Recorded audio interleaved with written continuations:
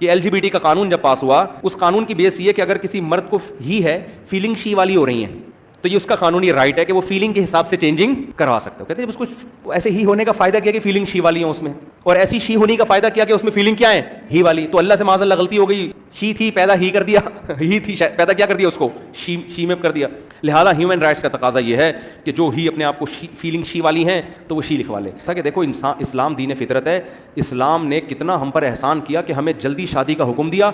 जल्दी शादी से फ़ायदा ये होता है कि जब आपकी दुल्हन आती है तो आपको अपने ही होने का एहसास बढ़ जाता है। कंपेयर होता है ना कि ये शी है मैं क्या हूँ, और औरत को अपने शी होने का एहसास बढ़ जाता है। शादी से पहले थोड़ा सा बाज़ लोग कंफ्यूज होते हैं, शादी हो जाती है तो पता चलता है भाई मैं क्या हूँ, हस्बैंड हूँ। अब वो शी नहीं लिखवाएगा कभी, चाहे कैसी फीलिंग, और वो तो फीलिंग में ही की फीलिंग में पक्का हो जाएगा वो। तो मैंने इस पे कहा था कि ये इस्लाम का हम पर एहसान है कि हमें 4 शादियों की इजाज़त दी है माजरत के साथ। उसमें हमारी फीलिंग इतनी 4 दफ़ा पक्की हो जाती है ना कि अब हमें बिल पास करवाने की ज़रूरत रहती नहीं।